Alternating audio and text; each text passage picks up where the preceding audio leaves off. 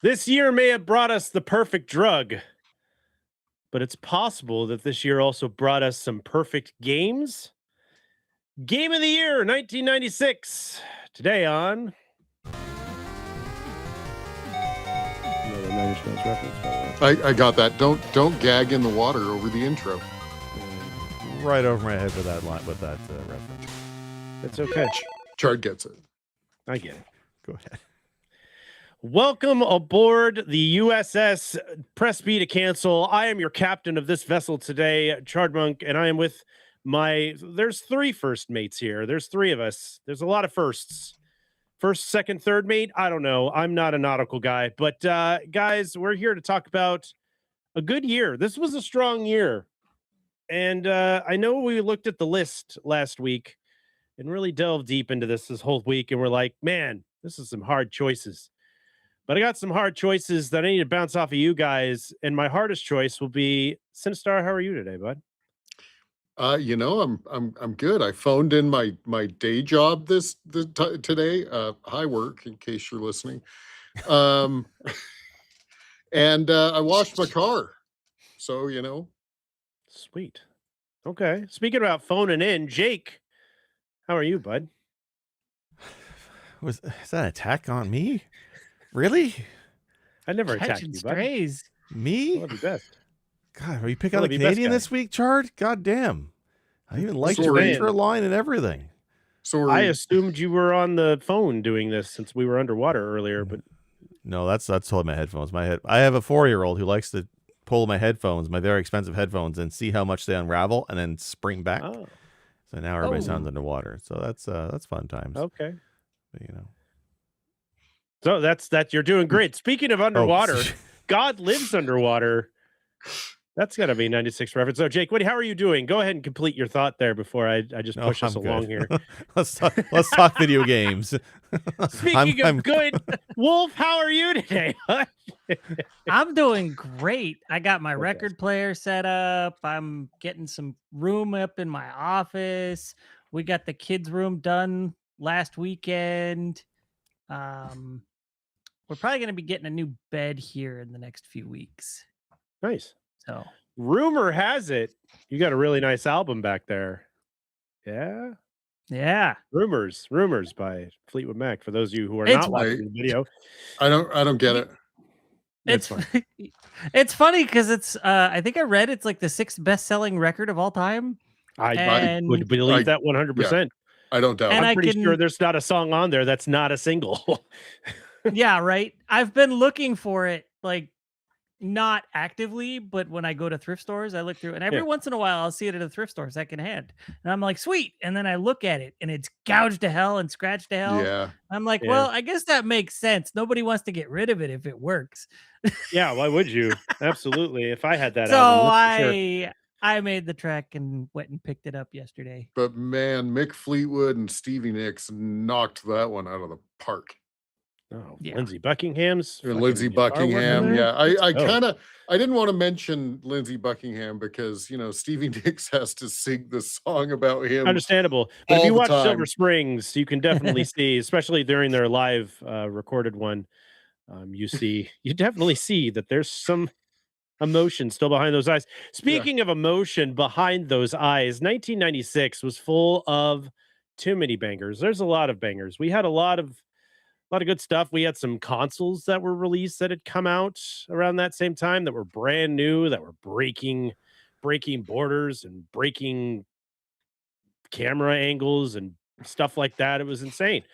As Sinistar was pointing to, for those who don't know, the Nintendo 64 was touted during the 1996. Hey, it's been a long time since we've been able to play bingo with my background.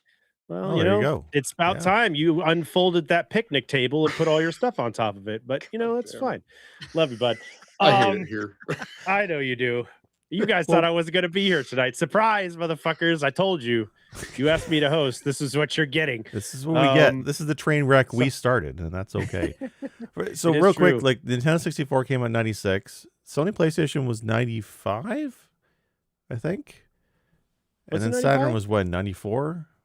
94, 95? No, I think Saturn was 95, like middle of 95, and then Okay. PlayStation was holiday 95. Okay, so I mean that's the start of like it's 16-bit war is kind of done and over with, and then we moved into the next 3D graphics. But then PC was like that's like the heyday of PC gaming. There's for sure. Like when we looked at Moby Games, because for those who don't know, when we do these Game of the Years for the retro years, we have a Moby Games rule. It's basically we're going based off Moby Games. So these are generally when they first come out, oftentimes in Japan. So all of our picks for 1996 are via Moby Games. So don't hate us if you don't like the date. But there's a ton of games that came out in 96. It's nuts to pick our favorites. This is a big one, and I think a lot of them will the ones we're going to pick are probably more personally like. I mean, a lot of them always are. Whenever we do date game of the year, it's always this was my game of the year for 1996. So I guarantee that most people will probably not agree with any of us by the end of this this podcast, or maybe some of you were like, "That's a hidden gem. I did not expect that person to pick that. That's pretty cool." Which is kind of what we go for with these episodes. So we're not going to pick the most obvious thing. If we don't pick the game that you like, it's trash. That's the rules. That's Moby Games rules. We don't mention it. It's garbage. I'm sorry. You know, if it's not mentioned on this podcast, it shouldn't exist. Basically, they can't all be Brian Lara Cricket 96. Like I mean, Lynx 386 back in 1996, baby. Let's go, baby. So we might as well dive into this thing since we've already wasted everybody else's time with Stevie Nicks and Lindsey Buckingham talk. Hey, Cthusiast Jeff gets it. Bard's Tale was released in 1996. He's right. Yeah, Bard's Tale remake 96. I remember that one. One of these episodes is going to hit. A sample of Ken Griffey Jr. and Tide. Good times. All right. Well, who wants to go first on this wonderful round robin and pick there? So for those of you who don't know or who are new to the podcast, have never listened to these ones before, we will go round robin. Each of us will pick like a runner up or like our second favorite game of that year, of that specific year. And then once we'll talk about it a little bit, and you guys will say, "Oh, cool," or "These guys are idiots," which is probably more likely. And then we'll go through and we will pick our overall. This is the game of 1996 for me, and so on and so forth. So, who wants to lead us off? Who wants to be our leadoff hitter? First. Fantastic. What do you got, Wolf? All right. Well, it has been brought to my attention that some of my picks are questionable sometimes. I have to admit, you love the obscure games, and I love that. No, I'm just saying. Know how many games I have found because of your obscurity. It's been fun. I'm just saying that somebody pointed out that you are the Master System guy, and we're just used to your picks by now. That's all. Yeah. Well, tonight I'm the Saturn guy.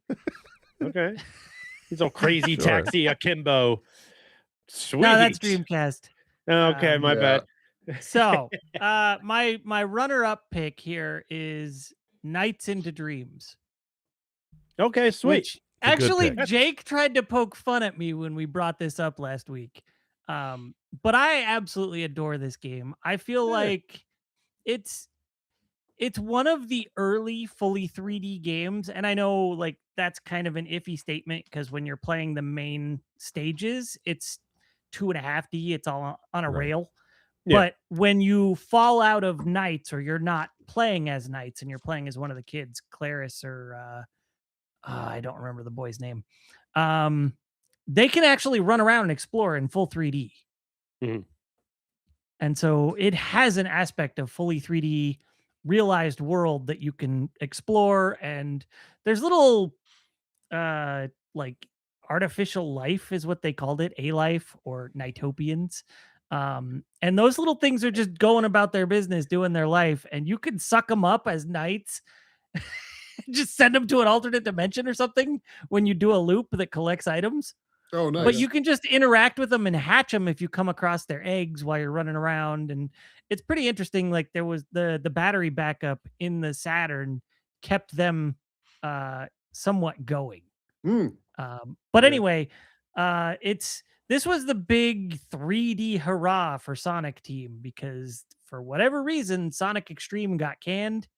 And they were like, well, let's do Knights. And so they did Knights. And it was really friggin' cool. Very Japanese, very out there, very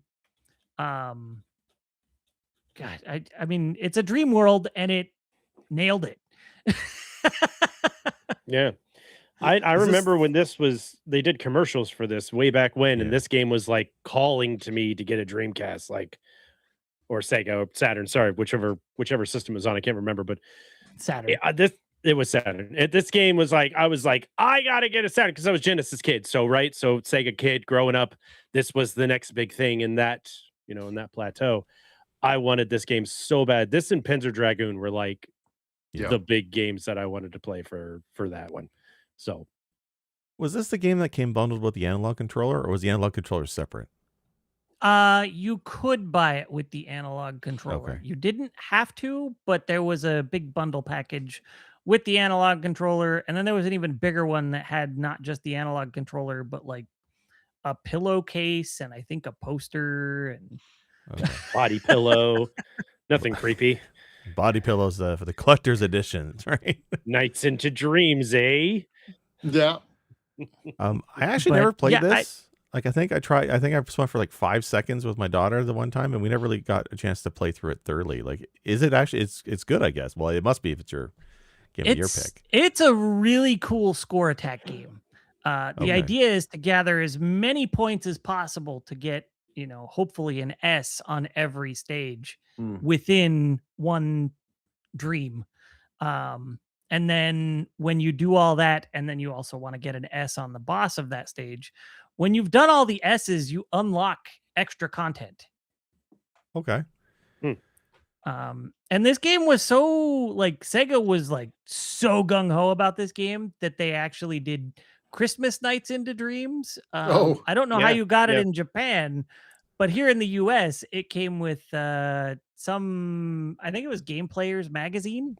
So this is Lemmings for the Sega Saturn, where they basically had like Christmas and like, I don't know, Easter and whatever versions of the game. Solstice in the Dream. Honestly, Christmas Nights was literally, I think, 1 or 2 stages, and they were like super Christmas themed. The characters, the boy and the girl, they would wear Christmas time clothes instead of their usual outfits. I think Nights was red instead of purple. And then if you did everything in that, you could unlock playing as Sonic and running around in 3D.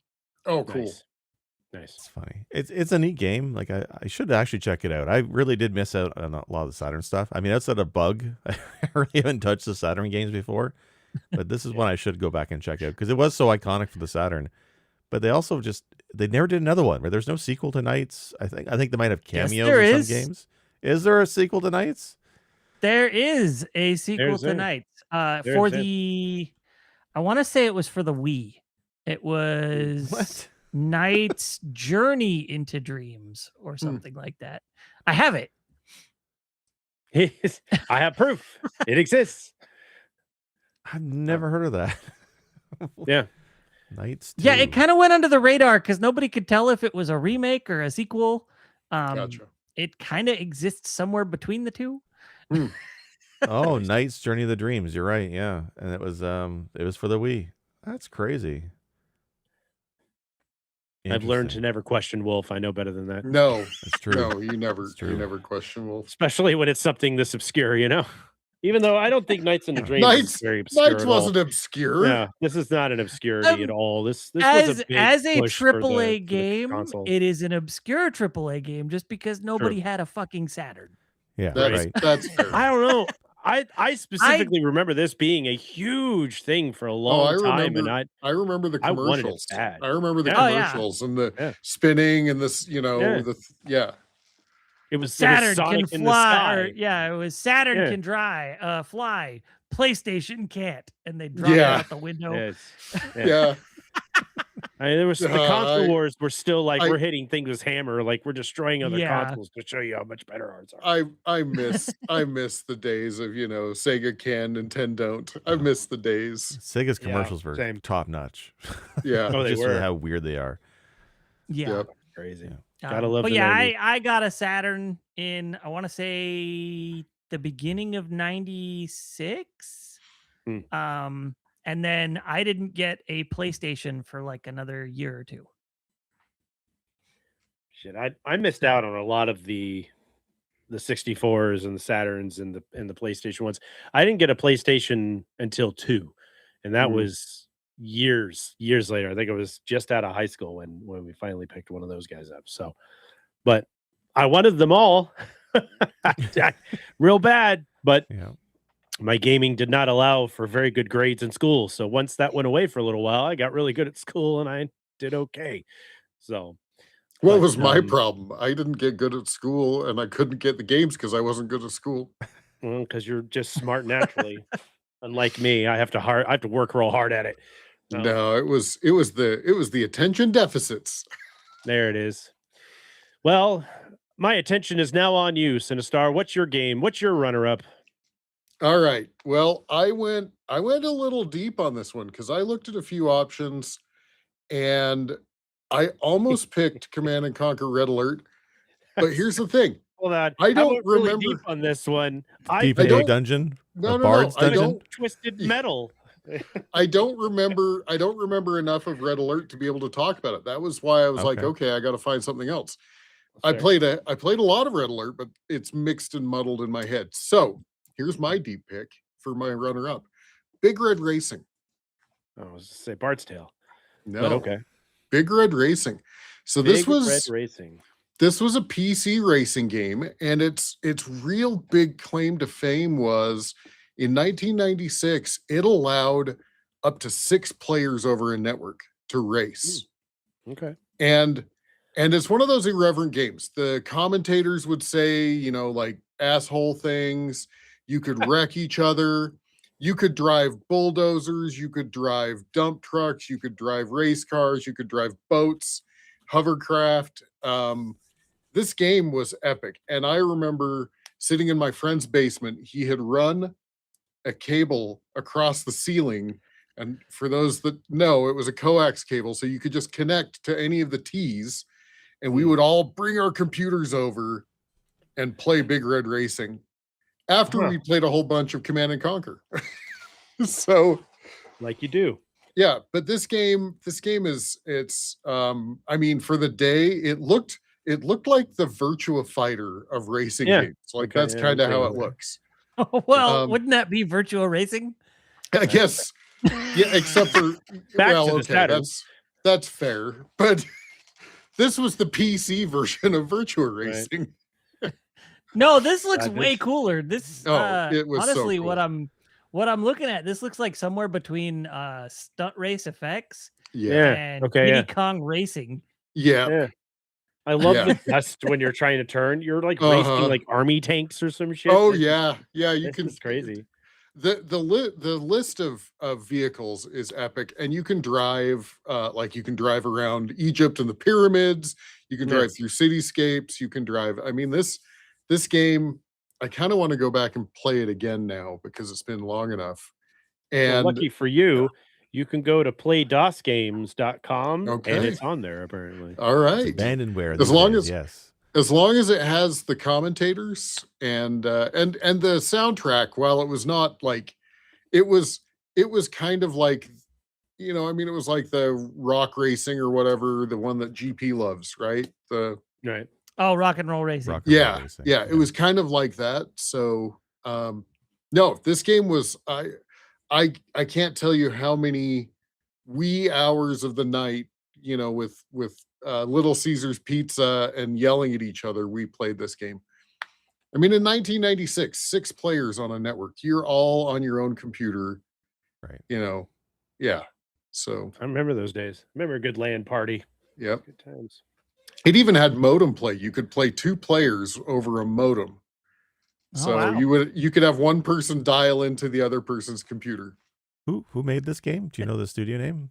Oh, I don't know. I don't know. Yeah, I haven't heard this before. It looks really cool though. Yeah. Cracking open my mind palace here. Hold on. Big Red Software. That's right. I remember now. I remember now. It was developed by Big Red Software and published by Domark. As far as I know, this is the only thing that team. I mean, they probably went on and split up and did other things. But they did other. They did in '94. They did Micro Machines, or I guess a version of Micro Machines. Yeah. Okay. But they did a couple Dizzy games. I wonder if they're related to Codemasters. they collaborated with Codemasters on some of the Dizzy games back in the day. So yeah, Okay. UK company. That tracks. Mm-hmm. Yeah. Cool. But the game is Commander. Yeah, the game is just epically good. Yeah. Looks like Big Red Racing was their last game. Was it? Yeah, it looks like that's what they ended up doing. It reviewed that's a well bummer. too. Yeah. Huh. Well, you end on a high note. That's the way you do it. Yeah, exactly. Yeah, maybe they collected their money and ran. They were like, maybe sold it. That would be the better outcome. Yeah. Publicly traded Eidos, public limited company acquired Domark and Big Red Software alongside Seamus for a total of a lot of money. The two were merged into Domark to create Eidos Interactive on May 31st, May 1996. There you go. Oh. So Eidos is now part of, or Big Red Racing is part of Eidos, or Big Red Software is part of Eidos. Yeah. There you go. So they were probably involved with the Hitman stuff, I think, if I'm not mistaken. Yeah. Also, didn't they do Jake? Didn't they do your game that you love so much? I mean, Eidos has changed over the years, and I think they're barely even around anymore, right? Because Square bought Square buy them? Yeah, Square bought them years ago. So I think they did. That's right. Well, they also did a little known set of games called Lara Croft Tomb Raider. Yeah, there you go. I do remember that as well. Yeah, sweet. So that is my pick. If you know what, if we can do multiplayer on this Play DOS games or whatever, we squad goals. We should play some Big Red Racing. I think Jake wants us to beat Big Red Dragon's Lair first before we can play Big Red Racing together. Yeah, we have priorities first. We gotta beat the Dragon's Lair as a team. If I remember, no, I'm thinking of another game. I'm thinking of the game Postal. I'm trying to remember what the commentator said. And in Postal, there's a line where you shoot the other guy. There was a curse pack you could get for Postal, and it would say, "Ow, fucker." Fantastic. Gotta love mods. Yep. Anyway, no, that was actually a first-party sale. Oh, was you it could buy that pack? Yeah. Look at that. Or maybe that was that was Redneck Rampage. That's what that was. Man, I get all this 90s stuff mixed up. So there's a lot, dude. This is the 90s in general have always been, I think, our biggest hurdle because we played a lot of games. We were more cognitive during that time of what we were playing and what we were doing. When we have to go into the 80s, we have to really dig into our Rolodexes of video game information. And unfortunately, Jake's got a big clown that sits on top of all of his. So I mean, I don't need to dig far for my classics of the 80s. I don't know what the struggle is with you guys, but I got to pick for the 90s. Well, why don't I like the 90s. Why don't you tell us what your classic of 1996 is while you're at it then? Well, you guys have known me for a while now. We've been doing this Press B for a bit. Was this episode 298? We're coming up on 300 soon. You know that I am a big fan of horror games, a connoisseur of the scary, you could say. Well, let me check Discord real quick. So my pick, my runner-up pick for this podcast from 1996 is a notable horror game, X-Men versus Street Fighter, which is a fantastic game. So it actually came out in 96 in arcades. So, and that's honestly, if I were to look back, the way to play X-Men versus Street Fighter is the arcade version. There are home ports a couple years later. There's no other better way to play that game. And during that time, they always had them on like a fucking 60-foot screen. Like it was the biggest game in the arcade there. Yeah, well, Capcom, when they had their CPS2 hardware, which is like all of the big arcade classics for Capcom were CPS2, right? From Street Fighter to a bunch of beat 'em ups, and then of course we have this one. And what is always iconic for me is they had huge machines. I think they called Big Blue, massive display, massive control, and they, of course, the Capcom had the 6-button layout and the joystick that was really solid. I love their arcade machines. I would love to own one. It's that and Neo Geo Big Red are the two that I really want to. I really would like to pick up. Hell yeah. But for this game in particular, the reason I'm going with this one as my run-up for Game of the Year is it's kind of the impact and the legacy. Sure, the roster of this game is pulling sprites. Literally, they pulled sprites from Marvel Superheroes and the X-Men arcade game. They also pulled sprites from Street Fighter Alpha 2, and they basically made a new game out of it. But this is the first versus game which is one of their, I think, their most memorable arcade fighting franchises is the Versus games. And that's what people keep clamoring for. They always want more Versus games. In fact, we have a new one, not from Capcom, it's from Arc System Works. It's Marvel Tokon, which is a tag fighter coming up, I think, later this year. That looks and sick. the hype for it is huge because we haven't had like a proper Versus game in a while. Like the last one we had, I think, before this was, like for Marvel anyway, was there's a Marvel vs. Capcom 3, I think, years ago, and it wasn't that great. So Tokon is I'm pretty hyped for. But it all goes back to we wouldn't have tag fighters as a genre, really, if not for Capcom. This was the first one. And it's like it's a fantastic roster. Like you have Gambit, right? You have Rogue, you have Cyclops and Wolverine. And the designs were based around the Fox 90s cartoon show. Yeah. And they even got some of the same voice actors as well. So like when you're a kid in the 90s, like I was in high school in the 90s, I love that Saturday morning cartoon show. And to see those characters in a video game, and like this game played so much more fun than the X-Men game did. I really liked the Versus games, mostly because I suck at fighting games, especially back then. And it was a game I could still play. I could button mash and still feel like I was doing okay.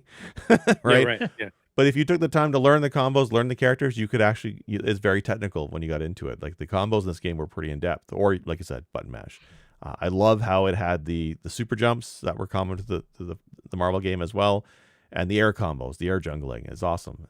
And like when you're picking a character like Cyclops, for him, the heavy punch was shooting an optic blast. So like it was easy to do fun, cool looking stuff, even if you didn't know or couldn't do the motion inputs at the time. So I really did like X-Men versus Street Fighter. And like everything that came after that, we go back to that game as the starting point. So classic fighting game. I really love it. And arcade is where it's at. There was recently a compilation released for Steam, I think 2 years ago. I think me and Chard, you and I talked about it. And that compilation is a pretty decent way to play it. Or if you have a Mister, play it on the Mister, or play it on MAME. It's a good time. Right. Berserker Barrage. Excellent. Yeah, like the voice clicks. Like 30 years later, I'll always remember Berserker Barrage, right? Or in like the giant apocalypse boss at the end. Fill the screen apocalypse is fucking amazing. Like it's such a great graphically awesome game. Those sprites is iconic. I mean, I don't care that they pulled from other games. The animation and the movements and the motions of everything, that game was clean. I mean, playing as the Sentinels and being able to, you're picking some Omega Red, like you're picking some like kind of obscure characters that you wouldn't normally pick in those ones. I don't know if those two, I thought those two were in Street Fighter, maybe not. Maybe they were further on. 17 people in the roster. You had for the X-Men, it was Cyclops, Gambit, and we didn't really get much Gambit. Juggernaut, was Gambit, fucking amazing, right? Magneto, Rogue, Sabretooth, Storm, Wolverine. And then for Street Fighter, you had Akuma, Cammy, Charlie, Chun-Li, Ryu, and all the rest. I must have been thinking of any of the other Marvel versus Capcom later installments of the game. But I mean, this was a classic playing friends, and I always played as Gambit because Gambit was my favorite character, and my buddy always played as Wolverine, and we'd wreck house as much as we could. But this is a great call, and the start of a really cool versus franchise that to this day is still pretty good. It's depressing that Marvel's versus Capcom 3 was not. It was too 3D. It was weird. Like they could have just kept it the nice 2D looking sprites or whatever from the originals. I didn't like the 3D aspect that they added to that. So they need to go back to this spot. There's a popular streamer, Maximilian Dude, like far more popular than we are ever going to be. But he's a huge fighting game fan. I mean, his whole channel revolves around fighting games. Anyway, he put out a bounty for somebody to help re-theme Marvel vs. Capcom 3 to make it look better and to alter it and change it and mod it. And he got a small team together and they made a fan mod of that game. It makes it look 10 times better than it was. I don't know how popular it is to play today, but he put some serious work into making that game look really freaking awesome. So I think if we didn't have that, I don't know how much attention we would have gotten on Capcom maybe doing another one in the future. But I think he's definitely brought a new set of eyes to that kind of gameplay. That's why I was so hyped to see Tokon from Arc System Works, because I'm all about a new tag fighting game. I'm not a big fighter guy myself, but that Tokon looks dope. Like it's on the wish list. That looks really cool. Yeah, this is one I never got to play. The earliest one I got to play was Marvel Superheroes versus Street Fighter. That's the next one. Yeah, after this one. Yes. And that's also good too. Yeah. That's a fantastic pick. That's a fantastic pick. I played this game. Well, all of the Capcom CPS2 games were quarter dumpers for me. For sure. And yeah, I remember as I think Chard said, Juggernaut, or was it Jake? I think I played Juggernaut almost exclusively. So yeah, nice. These are great ones and a great start to the rest of the Capcom Marvel, versus games that we saw here on out. So good call. I saw that and I was kind of hoping someone would give that one some love, because I was like, this was a childhood must. We played this all the time at our local arcade. Yeah, so, quarter dumper, man. Oh, for absolutely. Sure. Yeah. Good call. If you could get in line, and there's so many freaking people playing it at the time, it was like, I don't want to wait. That's when you slide your quarter up on the there you go. Put it up on the top. See, the arcade when I was so I guess I was lucky. So on my street there was a back-to-back arcades, and whenever there's a brand new game, they always had temporarily for at least a few months, they had 3 or 4 versions of the game. So the newest Street Fighter, the newest X-Men, the newest Tekken, they had multiple versions of it, and then I guess they swap it out. Oh, nice. So I never had to wait for the new games, which was lucky. I love seeing all the new ones come into the arcade. Nice. Yeah, ours was 40-foot screen, it was enormous. Yeah. And it was a couple feet back, and then everybody was just the crowds were just standing there watching people play. And those giant screens, they'd make $1 to play. Yeah, right. Yeah, it's fucking crazy. Yeah, you had to drop a lot of quarters in there to fire that bad boy up. Hopefully you can go find the quarter dumper somewhere else, because there was a smaller version somewhere probably stashed, or at least a milder version of it.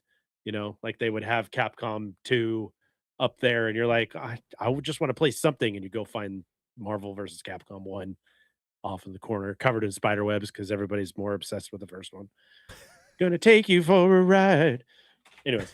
All right. Well, I guess since it's back down to Loop and to me, I'm going to go ahead and give my first pick of 1996, and it is the computer game that took everybody's computers by storm.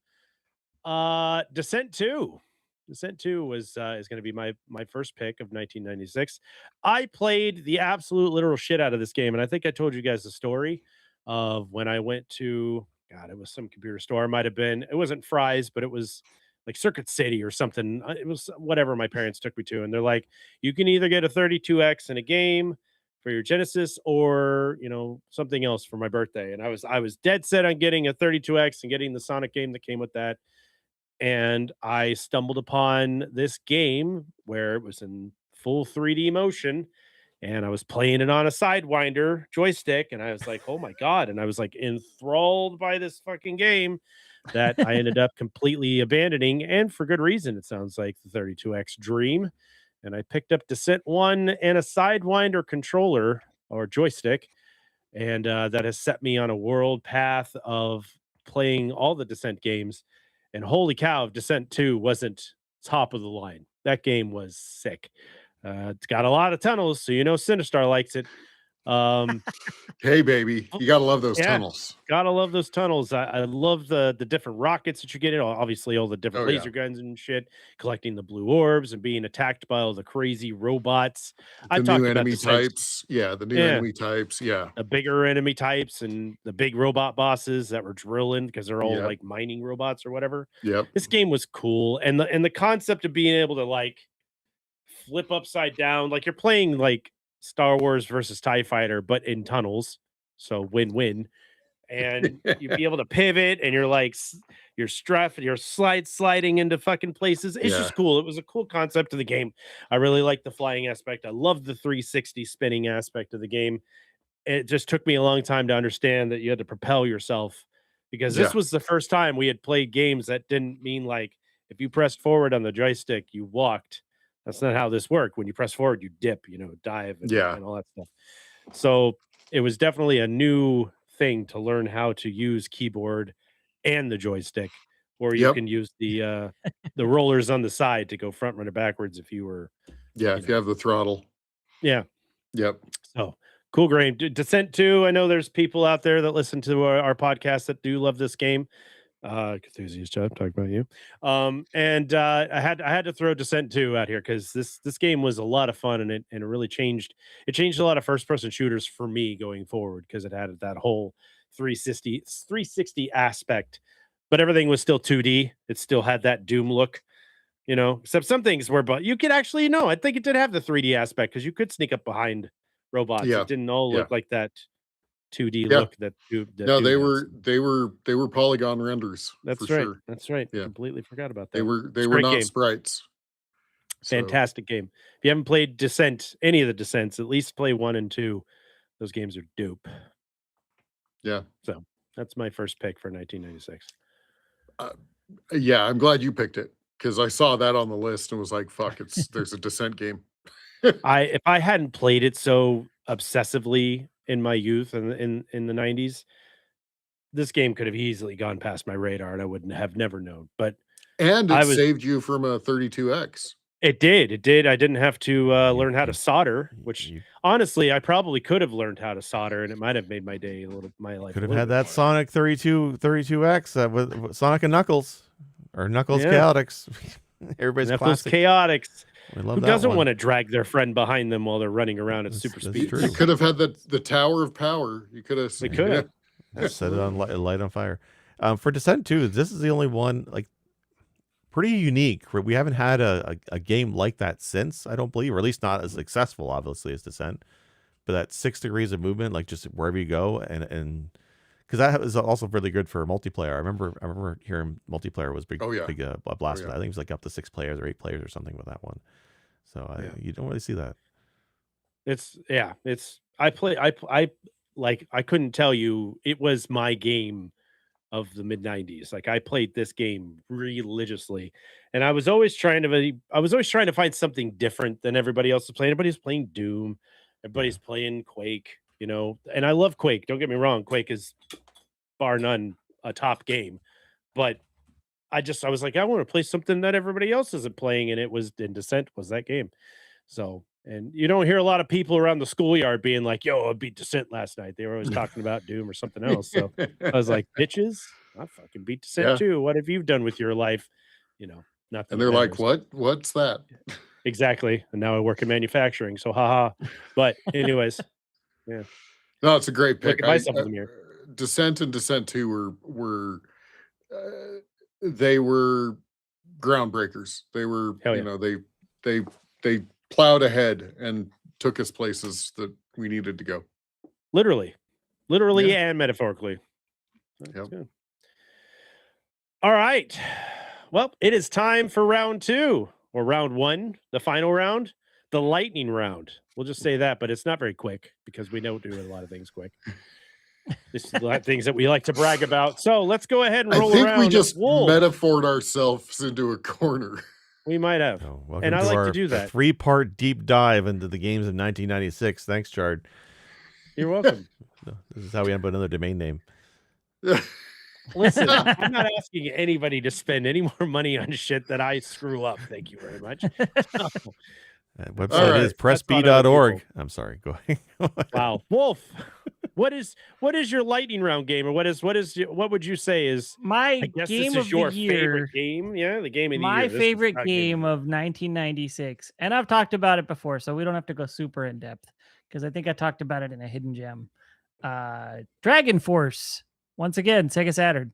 Decent band. This game was developed by Sega, published by Sega in Japan. But not in the West. In the West, it was published by Working Designs.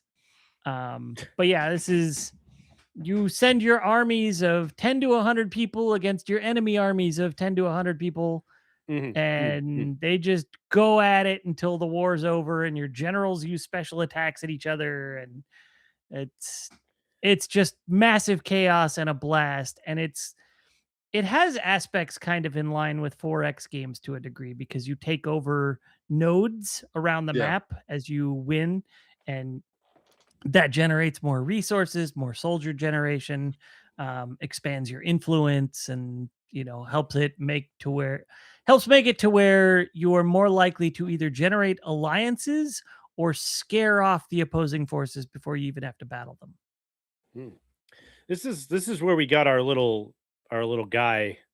No, that was Discord. Is that Concept. Concept. Okay. Oh, Concept. Gotcha. Okay. We have an icon after that. Yeah. Yeah. Sorry. Okay. I think I do remember you talking about 10 this to 100. Sorry, Charge. When you go into 10 units, are they like powerful units versus 100, or is it just you choose your size and that's it, and you can be overrun? It might be. Well, early on, your generals can only command so many units of certain types. Okay. So as they get commendations week to week, you can expand how many soldiers they can have of a certain type. Sometimes you'll get an item that allows them to command a new type of unit. And so then you can start giving them commendations that allow them to bring that up. I might be mistaken. It might have been a minimum of 20 soldiers, but I'm not 100% certain. Okay. But it was very rock, paper, scissors with soldier types. So, it's at the beginning, you've got knights, you've got archers, you've got mages.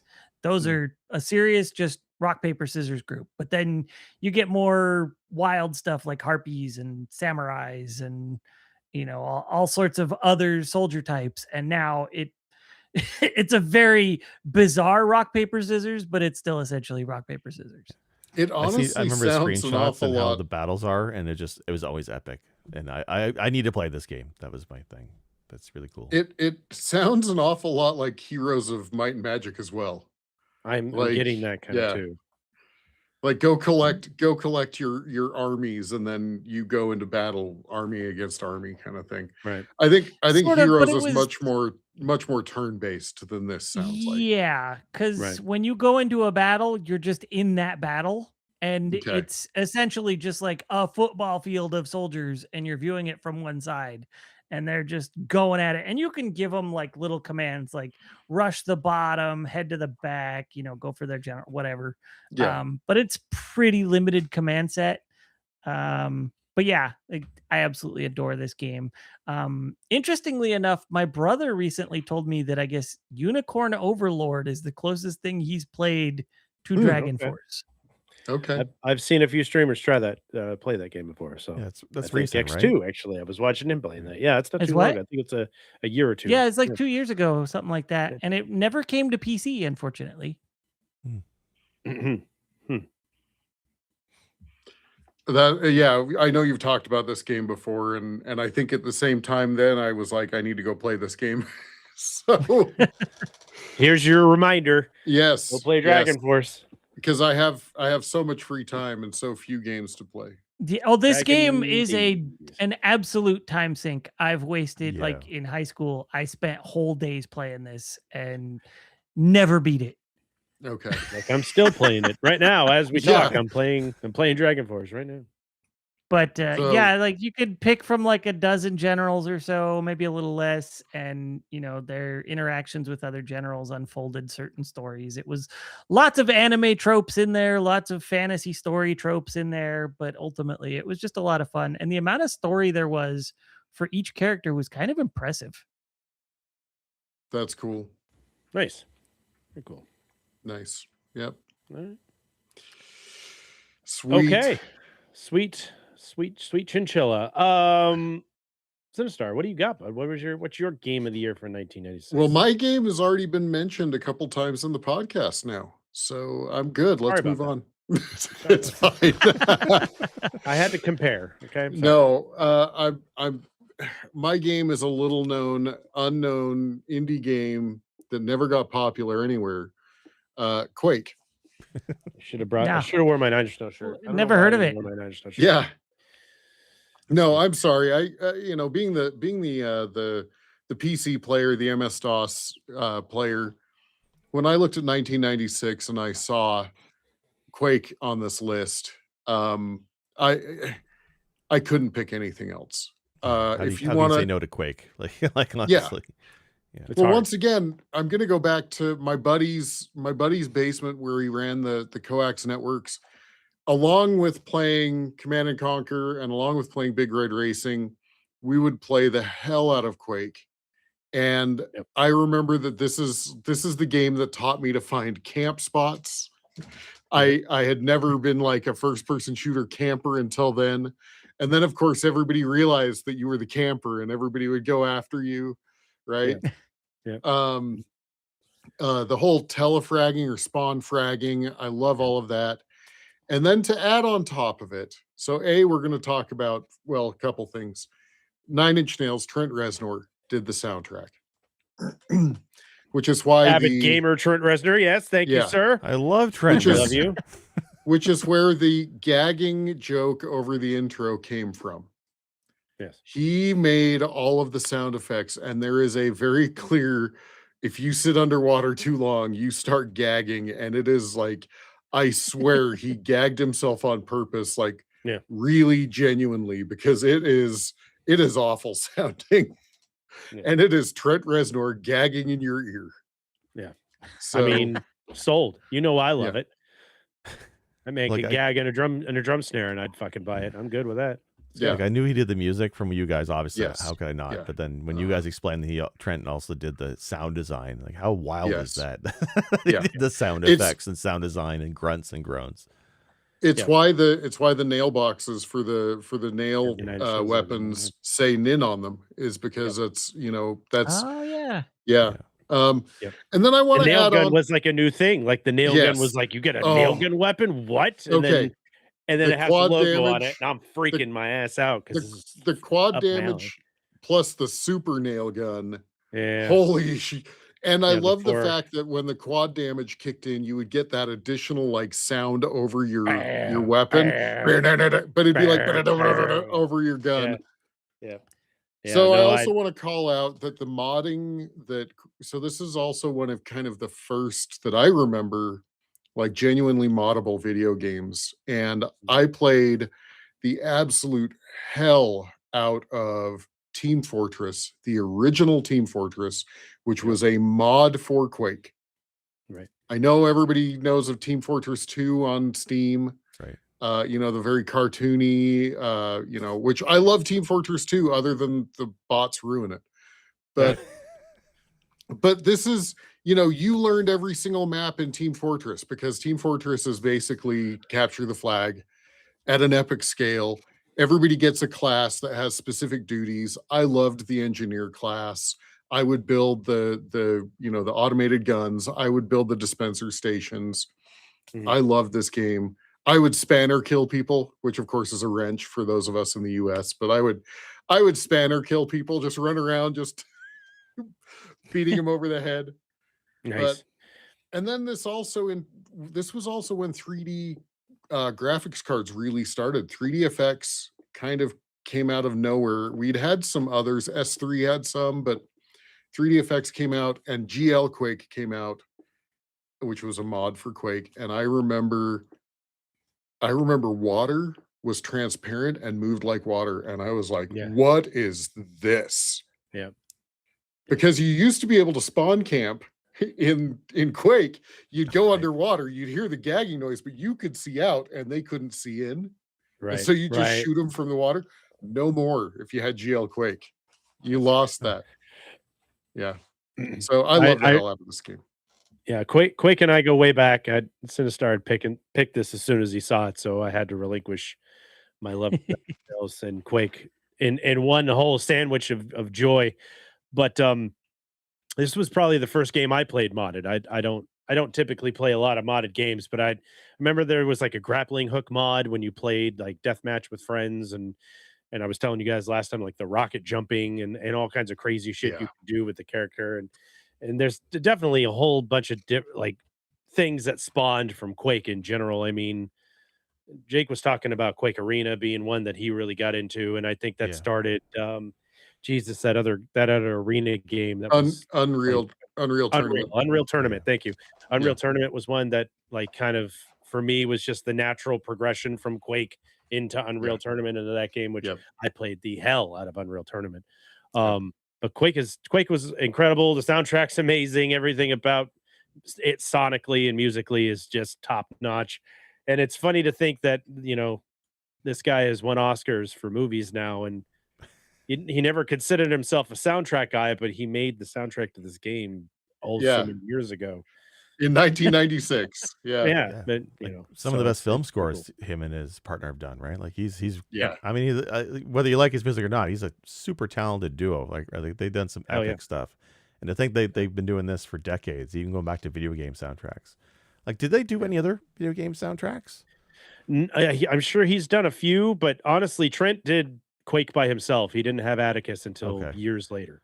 So, but so this was all just him. Like everything up to, I want to say maybe even year 0 or a little after. I think it was year 0 that he finally started working with Atticus. Yeah. So everything else was before that. It was all just him, just doing his. I mean, he collaborated with a number of people like other musicians and stuff. Yeah. And what's Danny his name Lohner, that did Robin? And Fink, what's his name that did the Madness, the Alice soundtracks? Oh shit, I remember.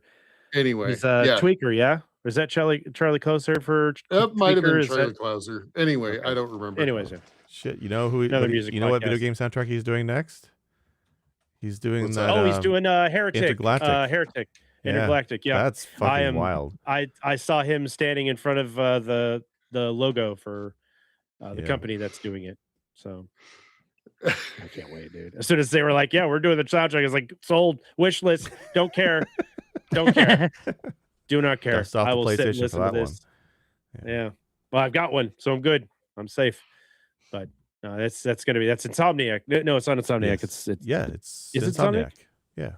Yes. Got it. Got it. Still got it, boys. Nice. So Quake. Quake. Yeah. Big fan of Quake. Great pick. Love that game. It's a good time. Jake, what's your favorite musician? From 1996. From 1996. What is your favorite game of 96, Jake? Okay. I had a real tough time. There are some classics that I think are not going to get mentioned this episode, and that's a shame. But remember, the rules are if we don't mention them, they suck. That's right. Don't blame us. Blame Moby Games. It's their fault for naming these things and the weird they categorize the years. No, so the one game I'm going to pick with, you could say it's for the console. It was like a resident of the console, and the characters are fantastic. One could say maybe one of them is evil, but who's to say? Of course, I'm talking about Super Mario Kart 64 for the Nintendo 64. There it is. Which is a fantastic Mario game. Really, it's the only Mario game you need on the Nintendo 64. Who needs the other one? No, so I really did struggle what to pick for 96. But when I look back at the game I played the most, like in terms of replay value, and just this happened to be 96 as well, and it's Mario Kart. To go from Super Nintendo Mario Kart with the Mode 7 flat as a pancake stages to this, like, sure, the sprites are still 2D, but all the tracks are fully realized in 3D, and they look gorgeous. And there's such a large amount of variety of tracks, and it's only improved going over time. Like, I love the franchise. I love Mario Kart games, and Mario Kart 64 had not only the great tracks, it had the different speeds, so 50, 100, 150, but also the hidden mirror mode, which just the replay value in this game is insane. Yeah. And then you also had drifting. Drifting for me is what makes Mario Kart. Kart, right. Hell, and like today, when I go back and play Mario Kart, it's very hard for me to go back and play the SNES one or even the GBA one.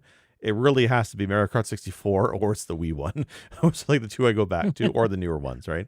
The concept, even from the opening tracks, when you're taking a sharp turn and you're doing the drifting around enemies, and you're holding the shell behind you to block as a defensive up against other shells. It's just, the feel of this game is still great even today. Even if you don't have an N64 controller, it still controls and plays wonderfully. I really do like this game.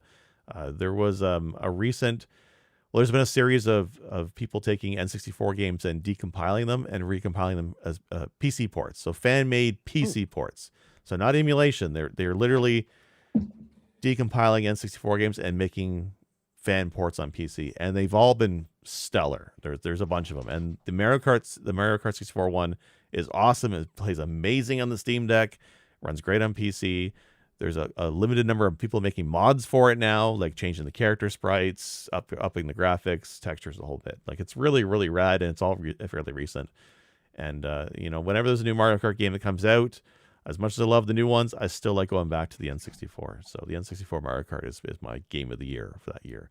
I can't remember how many hours I lost playing that game. Like it was either that or GoldenEye in terms of like the multiplayer fun. Yeah, just so much joy to be had there. Yeah, that is a fantastic pick. Yeah, agreed. Yes, this was one countless that all hours. our friends would get together, just play until our fingers would bleed. Mountain Dew and pizza and Mario Kart 64 and or GoldenEye was just great selections. This was a good pick. I love this game. It's a good call. And the fact that you didn't have to have a multi-tap or anything to get 4 players. No. Yeah. Right? You got your ports the right N64 there, was all great 4 for of them that. right there. Yeah. It's awesome. This was one of those games that for years after it came out, this was still a go-to for my best friend at the time and I, where we just like, if we didn't know what to do, if we didn't have plans that day, just play Mario Kart. Yeah. Right. Loser picks next track. That's how we always played it. It's just him and I. Loser picks next track. Yep. I would do that, but then it'd always be Rainbow Road. It's just a mess with the other person. Yep. One of the things I always remember so clearly about those sessions was the way one of us would get fucked by the other at the last second, just when we're about to cross the finish line and win. Yep. Get knocked out and stolen. Yep. Constantly. Yep. All of a sudden, red shell hits you, and then they blow past you. Yeah. Yep. That's good times. Yep. Sweet. All right. That's a good pick. That's a good pick. I dig that pick. That's a good pick. A good one. All right, guys. I guess it's down to me. So, my pick is a popular pick. I think it's it's the beginning of something that turned into something huge that is still going to this day. And the camera may have killed you here or there, or it might have been the biggest boss was the camera itself, but not the character. Of course, the scariest thing about this game was its original name was Biohazard. As a matter of fact, the Japanese name of this game was Biohazard, and there is no camera. This was all what do you call it? It's all produced. The painted. It was stationary camera. Stationary camera. Yeah, like pre-rendered. Painted. Yeah. Pre-rendered. Thank you. That's the word I was looking for. It's like pre-rendered. The camera is the real boss. Not on this one. No, I'm going with Resident Evil. Resident Evil for the PlayStation 1. Yeah. Guys, you know me. You know my scary games. Resident Evil was a fucking classic back in the day. Still is to this day. The remake that they just did, and I'm hearing there's possible that they're making another remake that will be along the lines of Resident Evil 2 and 3 and 4 and all that stuff. Capcom's just doing a remake renaissance, and you know what? I've pulled up my chair and I'm here for it. I love it. This game is awesome. The tank controls, starting out with the tank controls and understanding how to translate that. And I don't care who the hell you are, but the minute you're walking down that hallway and everything seems peaceful and calm, and the dog through the window, everybody threw their controller across the room. Everybody jumped out of their chair. That was one of the best jump scares to this date that I will forever remember as a child. Because I'll tell you what, I fucking didn't play that game for a while after that because it scared the piss out of me. That was, 1996. This also was kind of. I know that there were other games that had this concept, but this one kind of solidified the concept of inventory management. Yep. Everything about the survival aspect was absolutely just and ammo starvation. Of course, ammo starvation. Yeah. Where you're like, when you first play this game, you're like, I'm gonna shoot everything because we've been playing Doom, we've been playing Quake, where's my bullets? Yeah, and all of a sudden you're like, you can't just give me 2 bullets to get through this. These things take like 10 bullets to take down. This was the first game where you had to actually plan your route through the mansion and know where all the enemies were. And luckily they shambled. They didn't run at you, so you could move faster. But you're a kid, man. You're like, I see an enemy, I'm going to take it out. Yeah. But you can't because you don't have anything to use. So it was a different aspect of really trying to learn how to actually survive in a video game. That was quite terrifying for its time. I mean, you look at it now and it's all polygonal and you're like, yeah. But it's created some really cool stuff. And Resident Evil 9 just came out this year. So it's not like this has gone to sleep. This this franchise is still very much going strong. And the remasters that they've done for 2 and 3 and 4 have been spectacular. And I look forward to whatever else. There's rumor that both Code Veronica and Resident Evil 0 are going to be possibly getting some remasters as well. So that's pretty exciting. But yeah, I got to go with Resident Evil, the first one, Biohazard. It's got to be. This isn't my number one game for 1996. I think we played the hell out of this thing growing up. It's a good time. I feel like this one needs a more modern remake too. Like, I agree. The last one we got was 2001, 2002 for GameCube. Was it the 2001? Because they did a remaster of it, and I know it's on Steam, and we played it, which it cleans it up a lot. I'm but pretty sure it's the GameCube one. I think it's just a higher resolution. No, I thought it was a brand new one. Like they redid 2 and 3. Didn't they redo one like that style? No, I don't think so. They haven't done redo. No, they haven't done a 2 and 3 redo, or it's like that style. It's definitely an older version, but I want to say that it's also newer, but I could be wrong. I don't know. I'll have to look. I'm gonna get in my mind palace. You guys talk amongst yourselves. Yeah, Resident Evil, I think I've mentioned this on the podcast before too. I had a PlayStation and I didn't have a memory card. And this was one of the 4 games I got for it. And so I played a lot of this game without being able to save. I think at one point I actually got to the laboratory facility with the naked zombies without a memory card. And I didn't go back and play this game for a few years after that. Mom, don't turn off the PlayStation. It's paused. I'm leaving it on overnight. No, it was in my room, so that wasn't an issue. But it was like, I'd only get so far and then die. And then you got to start it. Like I was playing it like it was a fucking NES game. There you go. You saw that fucking dog crash through the window 8 billion times. Probably. Yeah. So Wolf, release date on Steam is January 19th, 2015. And it's the definitive survival horror genre is back. Check out the remastered HD version of Resident Evil. Now, that's possible that it was released on Steam for 2015, and it is the GameCube version. I'm not sure. Yeah, it's a remaster of the GameCube, it's a remaster of the PS3, PS4, and Xbox 360 game is what it ended up being. Okay. But it's not like the remakes that they've been doing recently, like the Resident Evil 2 and 3 in the 2020s. They are rumored to do one in the future, but you're right. It's Code Veronica and Resident 0 are the current forerunners, and then afterwards probably Resident Evil 1. I had thought they'd already done Resident Evil 1. You'd think they would have by now with how well 2 and 3 did gangbusters, right? Like those are really solid remakes. This game is too scary for me right from the get-go, but also I just never could wrap my brain. I haven't tried it recently, to be fair, but when I tried as a teenager to play these games, the idea that I can't shoot everything, that I can't kill everything, especially because the hallways are cramped, there's nowhere to go, and if you can't kill the zombies, you have to kind of like weasel past them and take a shit ton of damage. I could never get around the concept of, like, did you even have a knife in this one? I don't remember if you had a knife in this one. Yeah, you had a knife. Yeah. Yep. You would get melee weapons, but like you pop them a few times and you stomp on heads. I think that was what you were supposed to be doing, and I was terrible at this game. I really wanted to like it, but I couldn't get into it.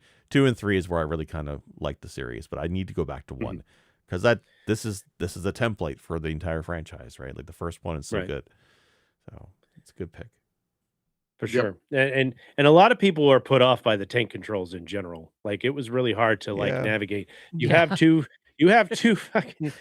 There's something coming. But you're not. Yeah. I got to get down this hallway. Exactly. Yeah. That shit was that was insane. Like, there's never more stress than trying to turn around in a very tight hallway with a lick. Wasn't there a DualShock version later on of this that they made? Yes, the director's cut had Yeah, DualShock's support. Right. Crazy. So, Biohazard / Resident Evil is my game of the year for 1996. So there you go. That's a good pick. Thank you. That is a good pick. I agree. The OG. All right, guys. Is there any fucking words that are hard to think of right now? Thank you. Mention. That's why I have one tonight. Go for it. That's what I was. My honorable mention, and the game that everybody needs to play, and we should do a whole episode on this one. Brian Lara's Cricket, 1996.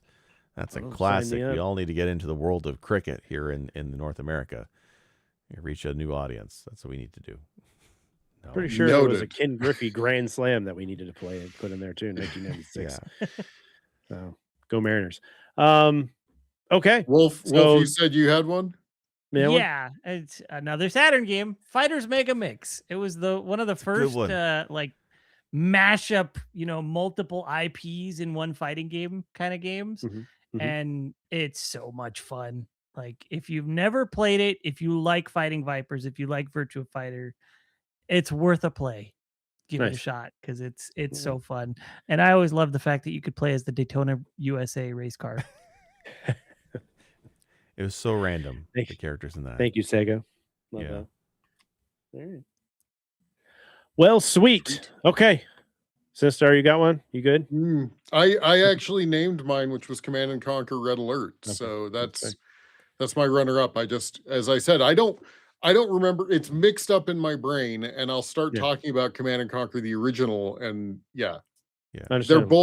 they were both epically good. The Command and Conquer series, the first few were just so good. Right. And mine's Ken Griffey's Grand Slam 1996. So we're good. Go play a great baseball game. Go Mariners. Okay. Is that the one I'm thinking it was? Which one? There was a Ken Griffey game on the Saturn. I know this because it was on the demo disc, and I played the shit out of that. It was like you lean into those stereotypes, Wolf. You're the Sega guy. It's never going to change. No, I'm trying to think of what it was. Also on PlayStation. It was Major League Baseball featuring Ken Griffey Jr. There it is. That's the one I was looking at. Yeah, and it was also on N64, but I never got to play it on the other consoles. I just got to play the demo, which was literally just Home Run Derby. That was the demo, but it was a lot of fun. Yeah, hell yeah. The only sports game I played from 96 was Wayne Gretzky's 3D hockey on the N64, which I'm not a sports game guy at all. But that one was really good. That was a really well done hockey game that made a lot of sense and fun to play. Hockey calls to you, Jake. It is your national sport. Look, we are a 1/4 or 1/5 Canadian podcast. We have certain Canadian law requirements we have to fulfill for CanCon, so this is important. So, where's the Tim Hortons cup that you're supposed to have? They don't count anymore. They're not Canadian. They're owned by the Germans or something now. What? The Germans? The Germans. Yeah. The Europeans. Crazy. All right, guys. Routine will have mayonnaise on it. Just all fucking downhill now. Just That's true. The Germans do that. They put mayonnaise on their French fries. It's an interesting take. For a man who doesn't like mayonnaise. I can go with it. I like mayonnaise. Tough road to hoe. Anyways, speaking of roads, this one's coming to an end. Guys, thank you so much for coming and hanging out. We've been Press B to cancel. Tell us what you think. Do you have a game of 1996? If you want to tell us more, come to our Discord. Tell us all about it. Go to pressb.org. Thank you so much. And pressbtocancel.com and come and find us. Come tell us on the YouTube channel. Leave a comment here. Like it. Subscribe to it. Tell us how wrong we are and how we might have missed an important game from 1996 for a particular system. I can't think of a single one. Yeah. And remember, if we didn't say it, it sucks. It's not good. It's hands down. Never play it. Guys, is there Wolf, do you got anything that's going on other than your big move and your beautiful room there? Do you have anything you want to tell anybody about? No, not right now. Not right now? Okay. Sinistar, you got anything you'd like to add?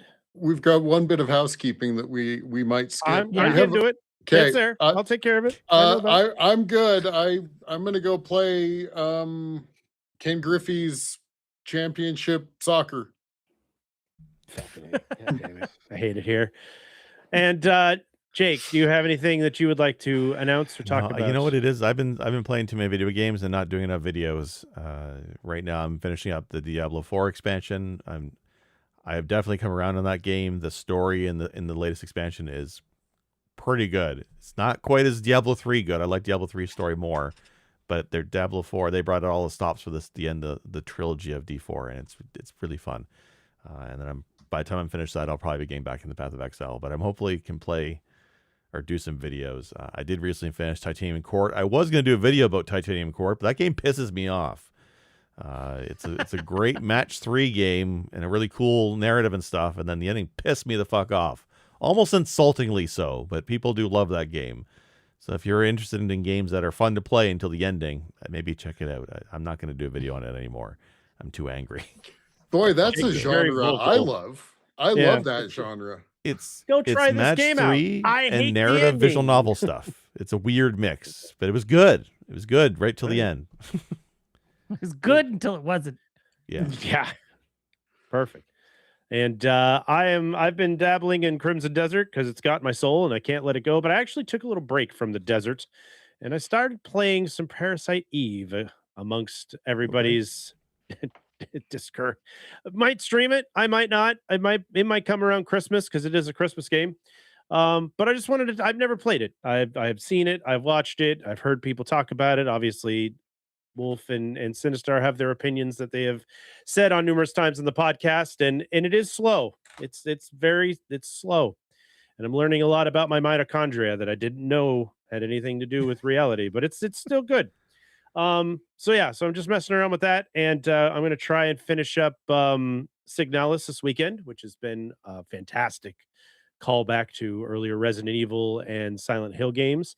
Very spooky, great story. Thought I beat it, and then it said, "Nah, son, we got more for you to do." So very cool twist to the ending so far, and I haven't finished it yet, so I'll probably finish that up sometime tomorrow, as a matter of fact. Tomorrow being Saturday, May 9th. For the housekeeping that I did not forget, I promise, I was just going to make sure everybody didn't have anything they wanted to add. We do have a Patreon, and you guys are welcome to sign up for the Patreon and drop some cash off if you want to there. And we do have certain tiers. The Circus Charles tier and above get a special shout out from us. So those people that are still in the Circus Charles and above tier, Cothusius Jeff and Von Beardley, thank you so much for your patronage. Gentlemen, you guys are amazing. And for those of you who are just subscribed to see it, we do drop some special behind the scenes stuff. We do shout outs in the Discord so you guys know what episode is coming around until we cancel at the last minute, because life can just roll us over at the last minute. We've been better about it lately, but trust me, life has happened to all of us very hard lately. It's almost summer, so the heat's coming, guys. The heat's coming. So if that is all we have left, if there's nothing else that anybody would like to add, I will pause for effect. This has been Press B to Cancel. Wow, the heat is on. This has been Press B to Cancel, and the heat is always on here. You were almost a